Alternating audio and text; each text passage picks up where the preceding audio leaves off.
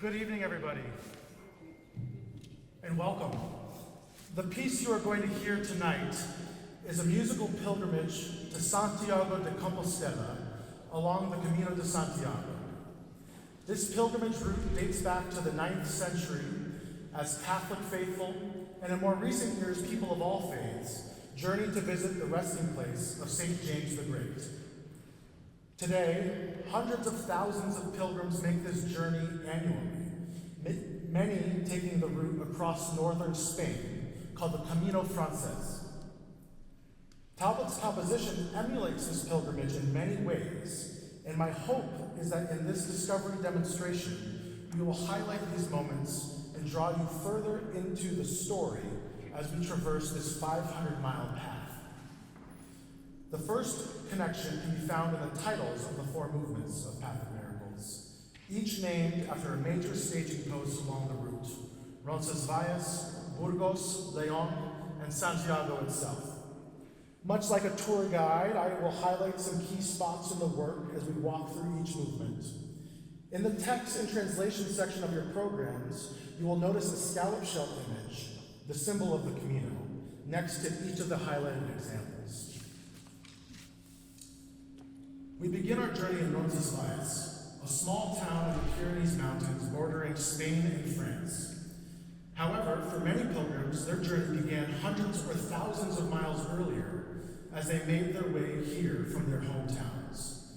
To highlight the idea of pilgrims coming from far away, Talbot borrows a singing ritual from the Taiwanese Bunan tribe called Pasiputput, a prayer for millet harvest.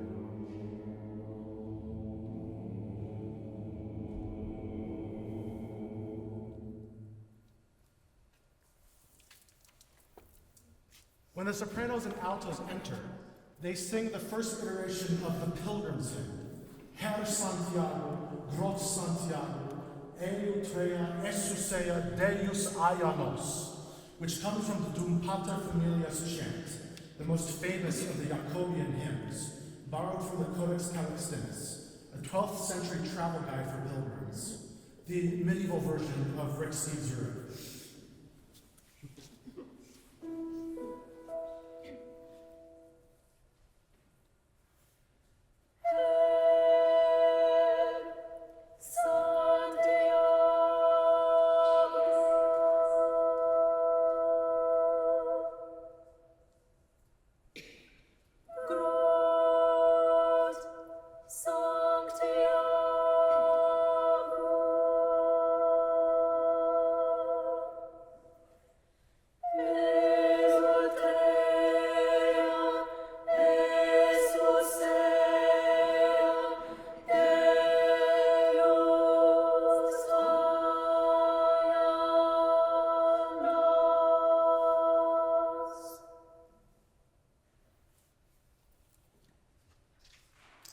Each time that text returns, pay careful attention, and it is an important moment in the piece. Now, for many pilgrims in the medieval era, this may have been the only time they left their hometowns. Put yourself in the mind of these pilgrims, encountering people from all over the world, hearing different languages, perhaps for the first time. This is recreated in the music by layering 8 different languages, all telling the same story of James's martyrdom, in Greek, Latin, Spanish, Basque, French, English, Castilian, and German.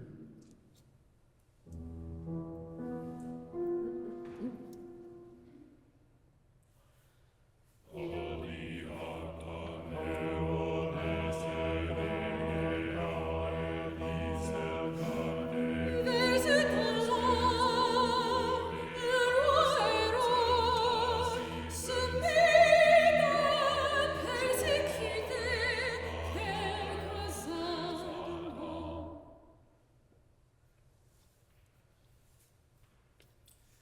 Next, Robert Dickinson, the librettist, summarizes the discovery of St. James's body and the translatio, or the transfer of his body from Jerusalem back to Spain on a rudderless boat made of stone.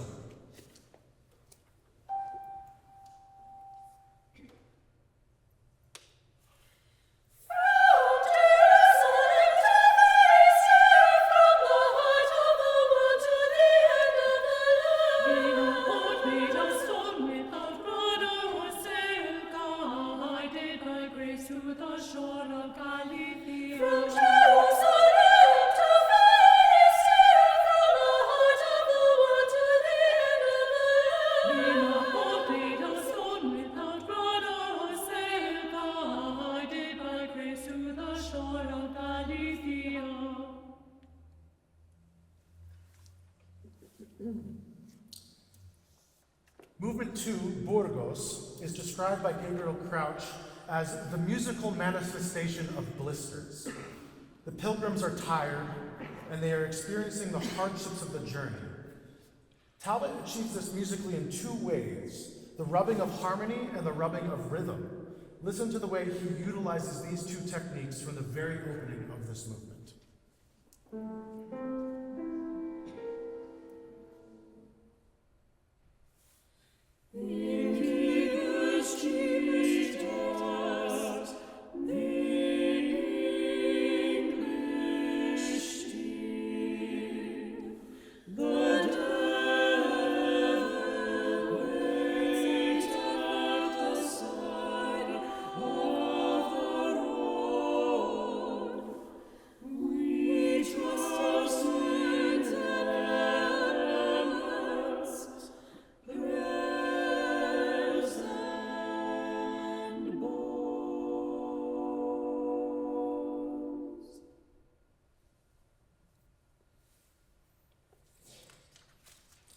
Nevertheless, despite the blisters, the pilgrims must continue to put one foot in front of the other, painful step by painful step, as represented by the basses.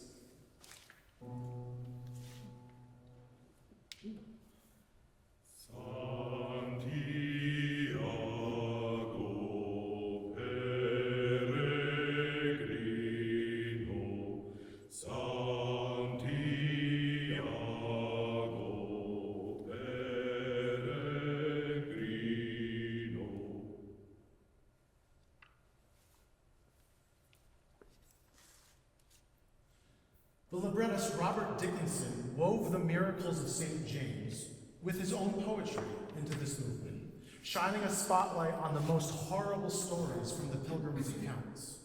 The stories are fragmented, as if you've stopped at a local pub for dinner and are hearing different groups of pilgrims recounting the tales. The altos have an important role to play here, as they represent the physical dismemberment of St. James's body.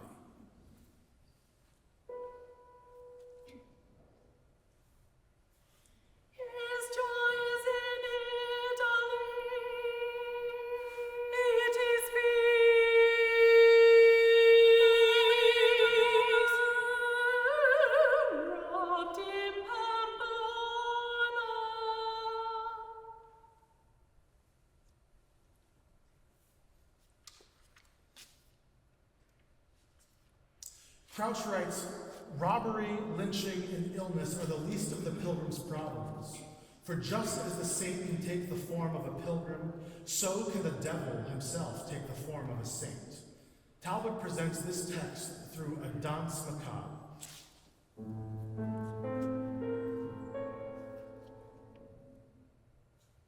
Sometimes the saint takes the form of a pilgrim, sometimes the devil takes the form of a saint. Pray to the saints and the Virgin del Camino to save you as she saved the man from Lyon who was tricked on the road by the deceiver.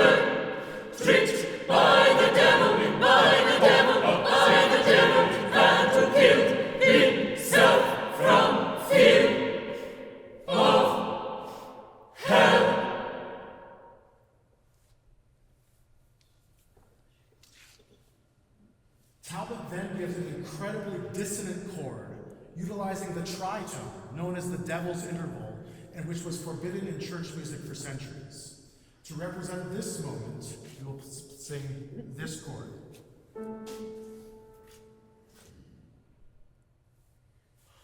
The devil cried out and claimed his soul.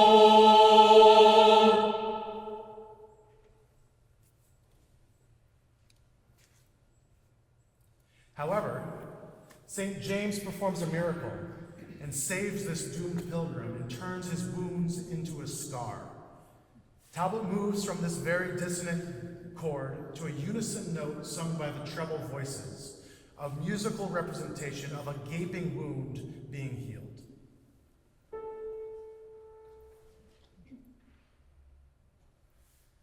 Saint and Virgin heard the prayer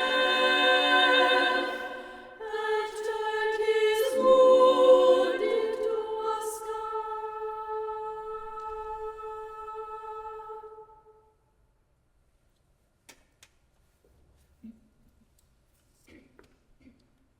Joby Talbot describes the third movement as a lux aeterna, which was inspired by his visit to the beautiful Leon Cathedral, famous for its light and stained glass windows. Talbot uses several motives to represent the refraction of light. The first is a beautiful melody in C minor that permeates the movement, reminiscent of light beams pouring through these windows.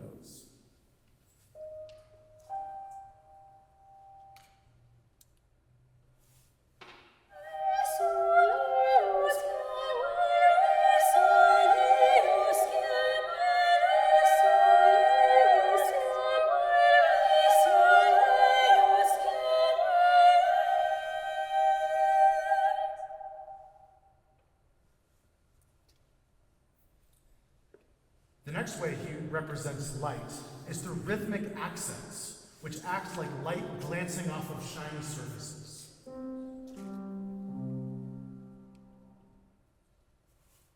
We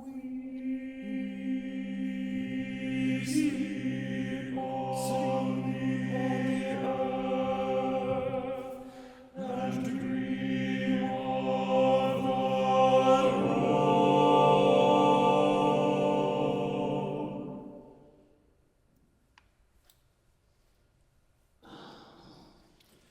The third technique he uses is a single voice to carry over as we modulate to a new key, giving the impression of a single ray of light coming through a cloud.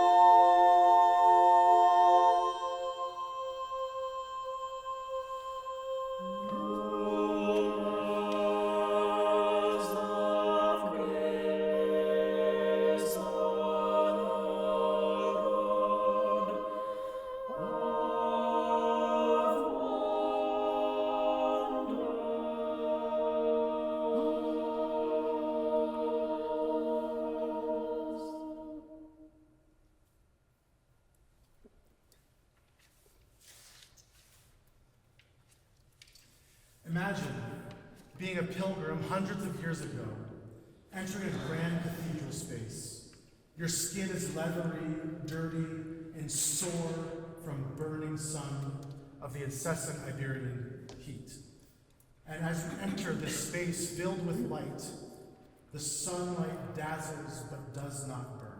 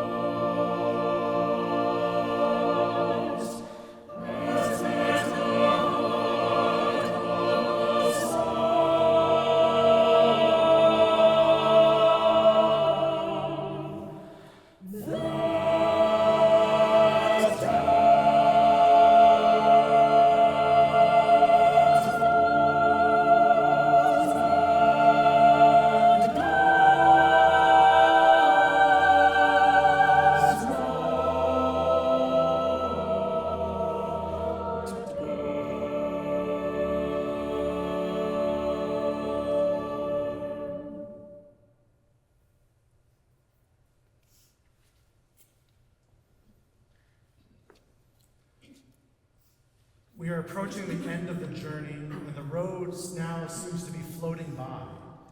You are observing the scenery, confident that you will arrive at your final destination. Talbot returns to a theme from the first movement.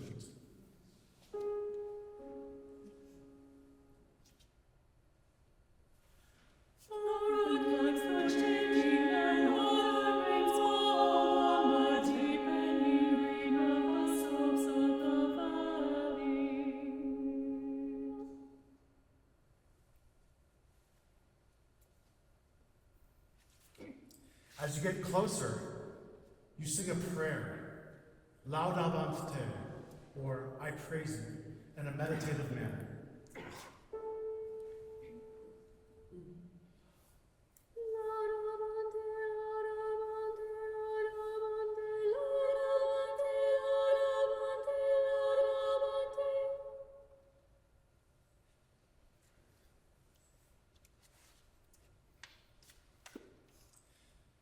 As you approach the final hill called Monte de Gozo, you are so close to your final destination.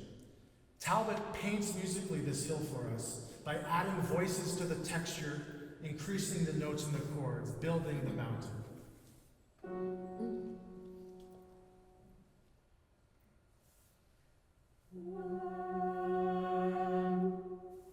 From the streamlet of Arcoya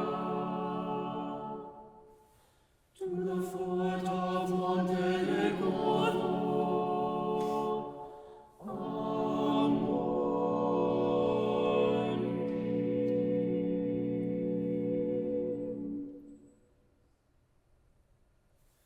from the fort of Monte de Gozo, to the summit of Monte de Gozo.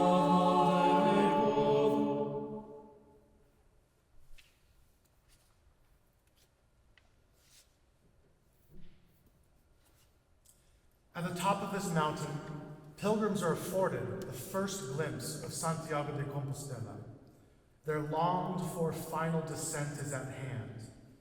Talbot captures this beautifully profound moment with a return of the Pilgrim's Hymn. However, when we heard this hymn in the opening movement, it was forte and in a minor key. It is now in a major key and soft, a piano dynamic, a humble prayer of thanks for the grace afforded the pilgrims to make it to this moment.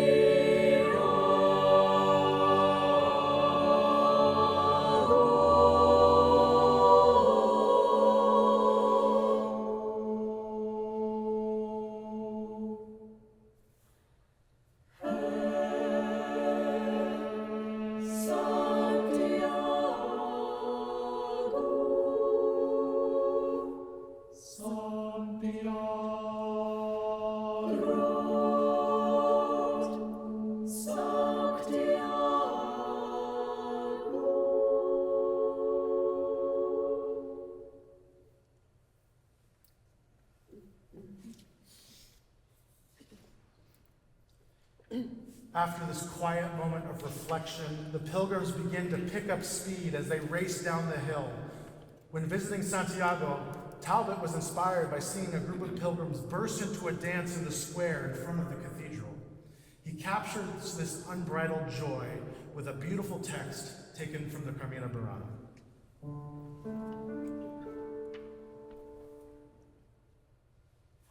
Benedictatum, Cungario, Cungario, flore decoratum, purpureo, purpureo, benedictatum, Cungario, Cungario, flore decoratum, purpureo, purpureo.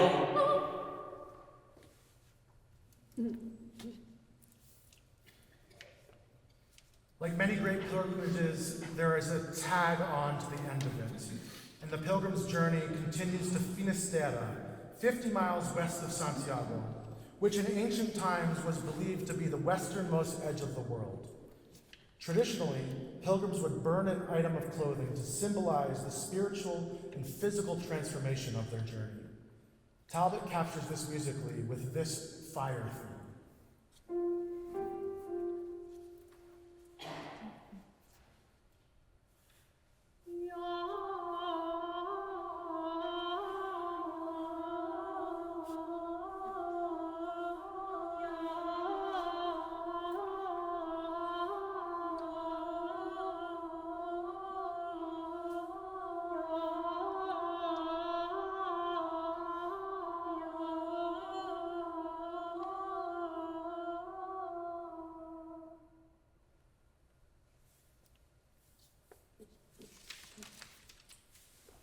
If we are lucky, we will all have moments where we feel connected to our purpose and calling.